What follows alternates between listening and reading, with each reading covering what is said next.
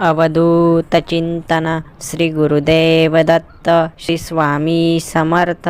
नमस्कार प्रेमळ भक्तांनो. देव म्हणतात, बाळा, तुझी चूक नसेल तर वाद घालत बसू नकोस. ही वेळ खूप महत्त्वाची आहे. तू जीवनाच्या महत्त्वाच्या टप्प्यावर आहे.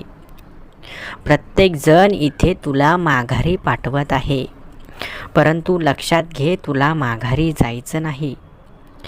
जेव्हा तू माझी सेवा करण्याचा निर्णय घेतला तेव्हाच तू माझ्यासाठी लाडका भक्त झाला. बाळा, तुझ्यामध्ये जरी काही वाईट गोष्टी असल्या तरी त्या आता पुसून जाणार आहेत, कारण चांगल्या गोष्टी त्यावर पांघरून घालणार आहेत. तू देवाची भक्ती किती करतोय हे महत्त्वाचं नाही, तर तू भक्ती करत असताना तुझ्या मनात असलेला प्रामाणिकपणा, तुझ्या मनात असलेला आदर, तुझ्या मनात असलेली खरी भक्ती महत्त्वाची आहे. म्हणून बाहेरील दिखाव्याला बळी पडू नकोस. कोणावर प्रेम करायचं असेल तर त्याचं मन बघून प्रेम कर. बाळा, माणूस खराब नसतो, त्याचे विचार खराब असतात. कारण कधीकधी माणसाला योग्य मार्ग दाखवणारा कोणी मिळतच नाही. म्हणून जो मिळेल त्या मार्गावर माणूस चालत असतो. आणि एकदा माणसाचा रस्ता चुकीच्या मार्गाने गेला की तो पुन्हा बदलता येत नाही. तो बदलण्यासाठी त्याला पुन्हा थोडंसं माघारी यावं लागतं आणि चांगल्या मार्गावर जावं लागतं. बाळा, तू ठाम निर्णय घे आणि त्या निर्णयावर फक्त कार्य कर. तुझा निर्णय कधीच चुकणार नाही. तुझ्या अगोदर कोणी नव्हते आणि तुझ्या अगोदरही कोणी नसणार आहे. श्वासात श्वास आहे तोपर्यंत देवाचं नाव कधीच विसरू नकोस. देव तुझ्यासाठी तत्पर आहेत. देव तुझ्या मदतीसाठी नेहमी प्रयत्न करत आहेत. श्रेष्ठ बनायचं असेल तर तुला असं काम करावं लागणार आहे जे काम हे सर्वसामान्य लोक करू शकत नाहीत. कुणालाही न दुखवणे म्हणजे प्रेम होय. याच्या इतके सुंदर कर्म दुसरं जगात कोणतंच नाही. जर तुझ्यामुळे काही लोक आनंदी होत असतील तर तू जगातील सर्वात श्रीमंत माणूस आहेस. आयुष्यात जरी जिंकता नाही आलं तरी चालेल, परंतु आपल्यामुळे कोणाच्या मनाला ठेच न पोचता जिंकणं हे खूप महत्त्वाचं असतं. बाळा, आपल्या पहिल्या विजयानंतर विश्रांती घेऊ नकोस. कारण दुसऱ्या युद्धात जर तू पराभूत झाला तर पहिला विजय हा केवळ योगायोग होतात असं म्हणण्याच्या तयारीमध्ये लोक असतात. म्हणून एक एक पायरी तुला निर्भीडपणे चढायची आहे. जीवनात काय होतं यावर लक्ष ठेवायचं आहे. तुझं लक्ष फक्त तुझ्या मार्गामध्ये येणाऱ्या अडथळ्यांवर असलं पाहिजे. एखाद्या वेळेस तू हरला म्हणून उदास होऊ नकोस. कारण विसरू नकोस, आपण छत्रपतींचा इतिहास शिकून मोठे झालो आहोत. फक्त जिद्दीने हार न मानता विजयामध्ये आपल्याला आपलं सामर्थ्य दाखवून द्यायचं आहे.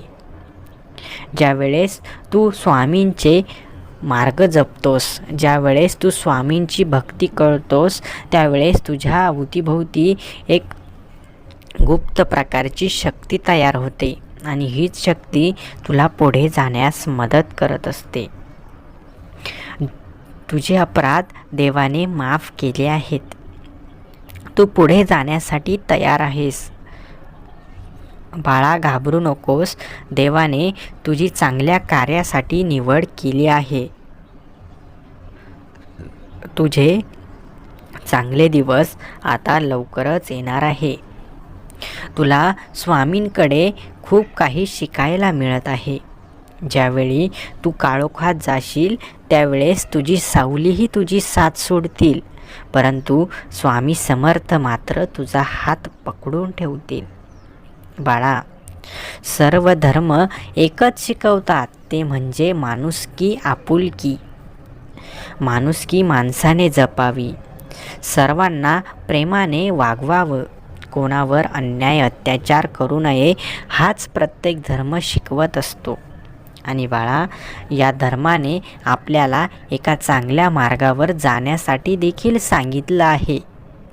म्हणून जेव्हा जेव्हा देवाची गरज पडेल तेव्हा तेव्हा देव तुझ्या मदतीसाठी उभे राहतील.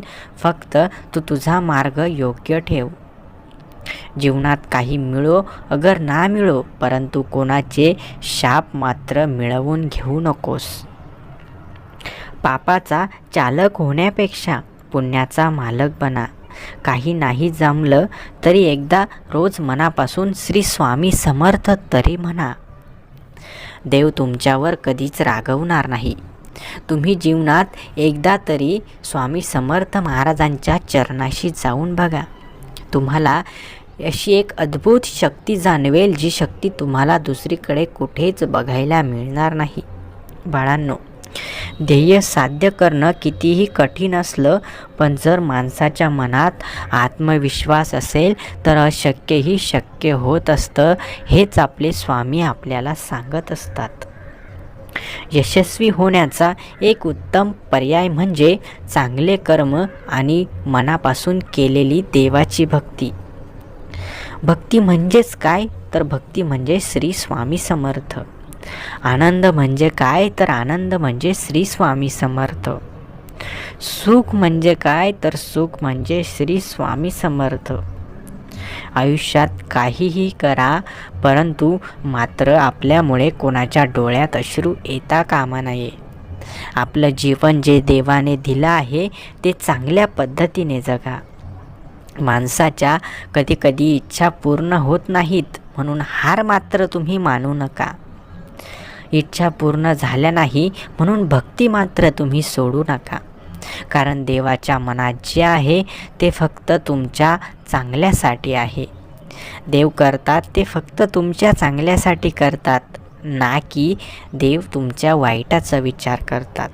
बाळांनो, जेव्हा जेव्हा आयुष्यात तुम्हाला स्वामींची गरज असेल तेव्हा तेव्हा तुमच्यासाठी ते नक्कीच धावत येणार आहेत.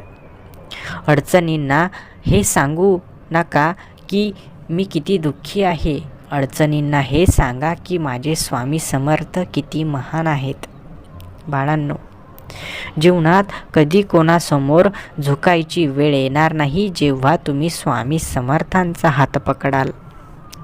खचलेल्या मनाला उभारी येते. अंधाऱ्या रात्रीत चकाकी येते जेव्हा आपले मन स्वामी समर्थांची गाणे गाते. बाळांनो, जी व्यक्ती स्वामी समर्थांशी जोडली गेली ती व्यक्ती जीवनात खूप पुण्यवान झाली.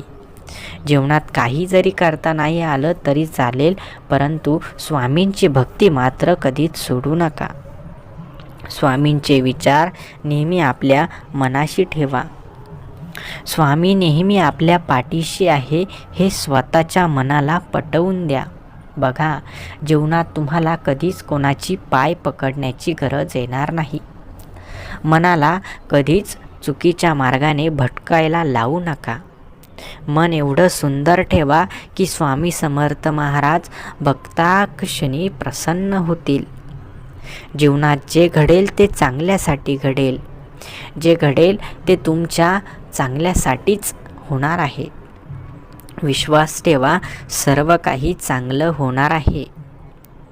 आजचा हा सुंदर व्हिडिओ तुम्हाला आवडला असेल तर व्हिडिओला लगेच लाईक करा आणि असेच सुंदर व्हिडिओ दररोज बघण्यासाठी आपल्या या भक्तिमय चॅनलला देखील लगेच सबस्क्राईब करून ठेवा. श्री स्वामी समर्थ. जय जय स्वामी समर्थ. धन्यवाद.